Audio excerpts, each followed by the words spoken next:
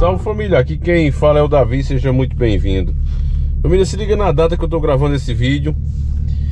Terça-feira, 25 de outubro de 2022. Falta 5 dias ainda para ser realizada a eleição. Mas eu tive um toque no coração e estudando o cenário, eu tenho certeza que o Bolsonaro vai perder. E se você estiver vendo esse vídeo é porque de fato ele perdeu. E eu vou explicar a vocês porque isso aconteceu. Deixa eu botar o carro para fora e a gente já vê isso.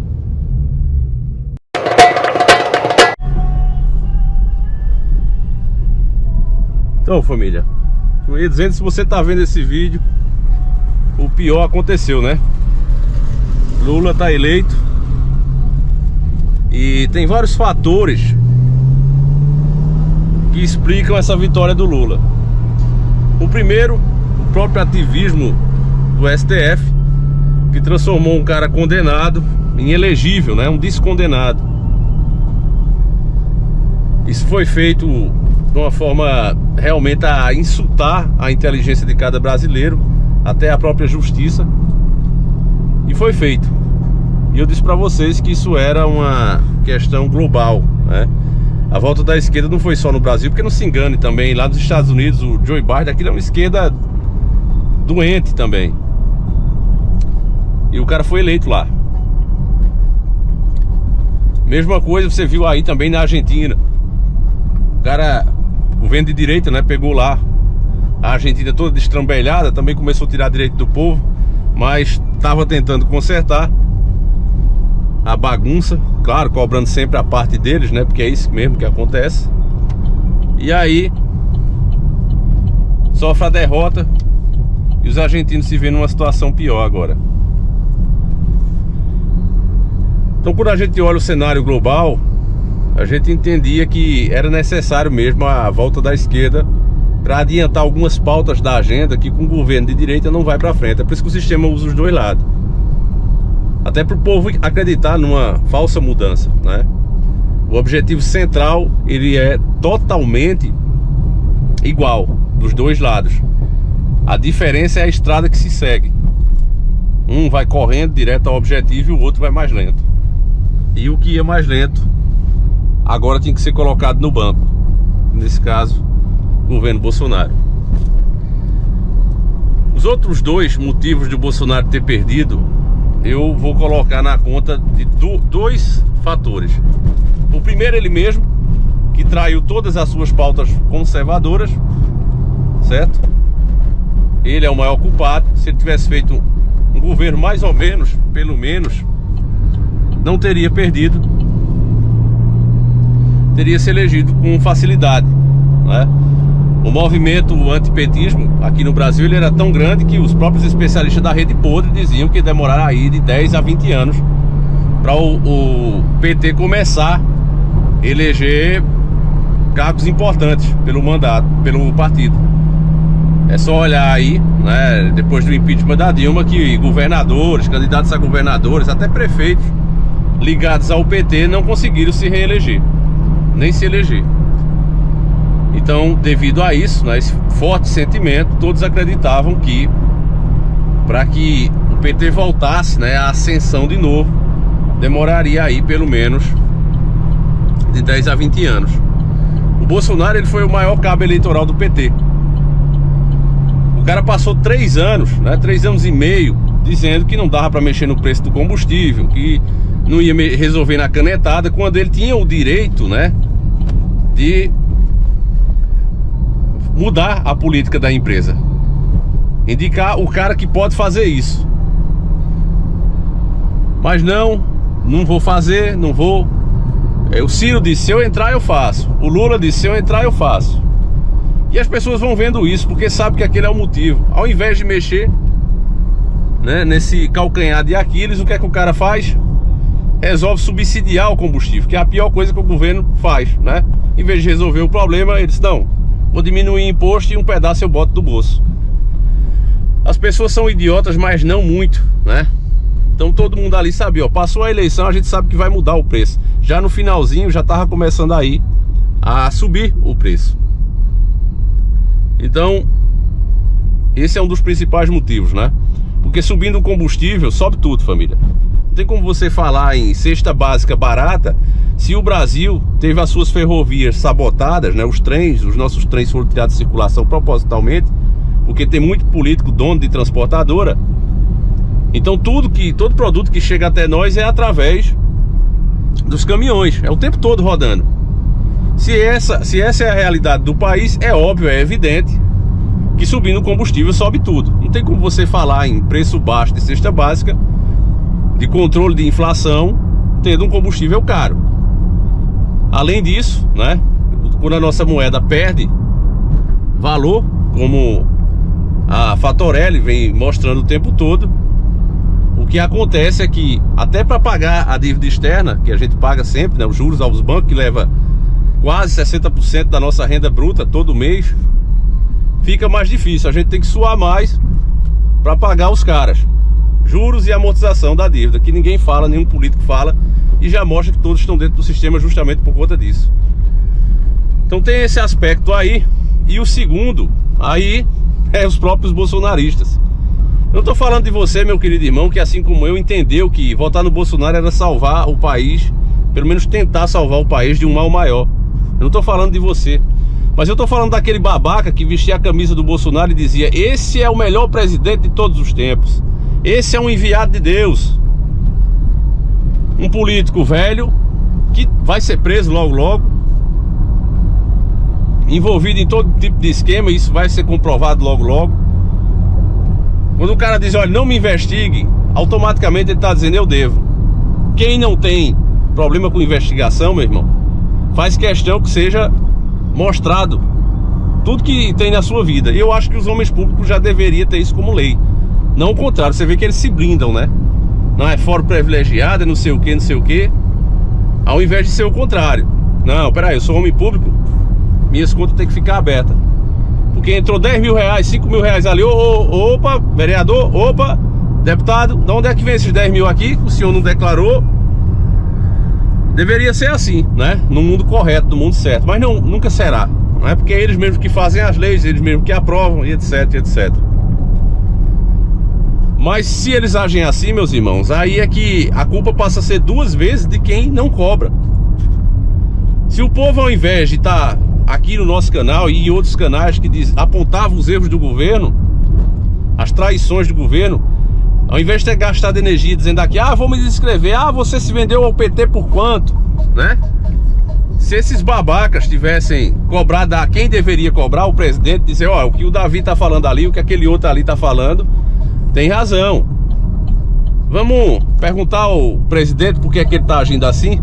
Mas não, dizia: deixa o homem trabalhar, vocês ficam atacando, e o Lula, e não sei quem, fala de não sei de quem.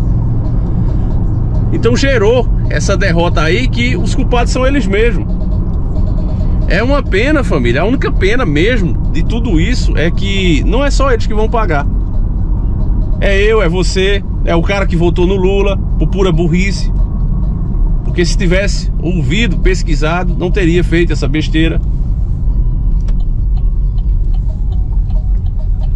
Infelizmente todos vão pagar, né? Vão pagar e vão pagar caro.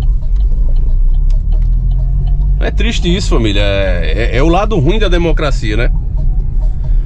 Outra coisa, família, se o Lula venceu, né? Foi por culpa aí, com certeza, a maior parte dos votos foi aqui do Nordeste. E vocês têm que entender o que é que faz o nordestino fazer isso. O coronelismo, algum gel. O coronelismo aqui é muito grande, certo? É muito grande. E as pessoas, meus irmãos, elas acabam seguindo, sabe? Dizendo: não, vamos ficar com o que a gente já conhece. É mais ou menos o pensamento que rolou lá na Argentina, né? E uma solução para isso, porque olha, enquanto houver pobreza, vai existir coronelismo. Isso é um ponto. Então, se essa é a realidade, uma proposta que eu falo, como nordestino, que eu acho que deveria acontecer, era que o voto das regiões tivesse o peso do PIB. Quanto corresponde o PIB de São Paulo? 30%, 40% do PIB nacional. Então esse era o valor do voto do paulista, Sabe, família? Na minha opinião era para fazer assim. O estado que produz mais tem um valor maior os votos do seu cidadão daquele estado. Era para ser assim. Mas é óbvio que eles não vão querer assim, porque quanto mais pobre é o estado, mais a favor de esmola eles são. Infelizmente. Mas o PT consegue vender aquela ideia de nós contra eles. Porque a sociedade ela tem que progredir como um todo. Mas com essa ideia de colocar pobre contra rico, patrão contra empregado, branco contra preto, pessoas que têm uma escolha diferente contra os héteros. Então, fazendo isso, você vai dividindo a sociedade, e a sociedade dividida, ela para. Você viu que essa política desse ano, né, dessa disputa à presidência, foi a que menos apresentou na história proposta. Porque ficou... nunca tinha tido esses termos, né? Você ouviu alguém falar assim no tempo de eneísta? Isso aí é eneísta. Nunca houve. Mas agora criaram o quê? O termo bolsonarista e lulista. Porque são pessoas que torcem para um dos candidatos, ou Lula ou Bolsonaro, independente de qualquer proposta. Então os candidatos ficaram muito mais focados em atacar a imagem do outro, a pessoa do outro, do que literalmente as propostas. É o caso aí do Roberto Jefferson. Não, ele era amigo de Bolsonaro. Não, ele não era e tal. Esse caso do Roberto Jefferson mesmo, nas últimas semanas da disputa, pra mim ficou claro que o Bolsonaro ia perder, porque ao invés de estar mostrando as associações verdadeiras do PT com Cuba, com os regimes comunistas, os financiamentos que ele fez com a turma de lá, o Bolsonaro passou muito tempo se defendendo. Começou lá com as meninas da Venezuela, né? O Bolsonaro é isso, é aquilo, porque ficou interessado em menina de 14 anos. Aí lá vai ele se defender. O cara saiu 1h da manhã pra fazer live. Aí depois, logo em seguida, acharam a proposta canalha do Guedes, né, do ministro da Economia, para não ajustar o salário baseado na inflação, botar abaixo. Aí lá vai o Bolsonaro de novo explicar que aquilo ali foi uma proposta, mas que não ia para frente, que ele mesmo mandou fazer acima da inflação, não abaixo. Então tudo isso foi desgastando o governo, e para terminar de espancar, né, houve essa questão aí do Roberto Jefferson. Você vê que o Bolsonaro até sair essas coisas tava debatendo sozinho. O Lula não queria nem aparecer lá. Mas no último debate da Globo, ele foi alegre. Por quê? Porque ele sabia, agora eu tenho como atacar ele, agora eu tenho como imprensar ele na parede. Não vou ficar só me defendendo, como nos outros debates que ele só ficou: você é mentiroso. Mas qual era a mentira? Era o Bolsonaro que dizia: qual é a mentira? E ele não sabia explicar. Então, meus irmãos, todas essas coisas, né, elas servem de lição para a gente entender uma coisa realmente funciona. O que eu tenho para dizer para você agora, não adianta mais chorar pelo leite derramado, também não é o fim do mundo. A gente pode protestar, a gente pode fazer muita coisa. Claro que a repreensão do Estado vai ser muito maior em cima de todos nós. Os vídeos que eu fiz contra o PT já devo ter tirado do ar, né? Se você tá vendo esse vídeo, eu já tirei do ar, ou vou tirar a qualquer momento, baixe, certo? Então o que você pode fazer agora, meu irmão, é comprar aquele miojozinho para deixar de estoque, certo? Os não perecíveis. Eu vou fazer agora é promessa mesmo. Eu vou fazer esse vídeo, eu mesmo comprando e colocando aí, né, para vocês comprarem também. Deixa esse estoque, porque tudo pode acontecer agora, família. Tudo pode acontecer. Agora é dobrar os joelhos, orar, né? Que a gente precisa mesmo de uma intervenção divina. E fazer agora a nossa parte, o que dá para fazer. Então tem muita coisa aí ainda, né, pra gente deixar claro pro povo ainda, pro povo entender. Não adianta também agora ficar: ele é o culpado porque votou, o povo de tal região. Não adianta mais isso. Sei que vai rolar muito aí na revolta.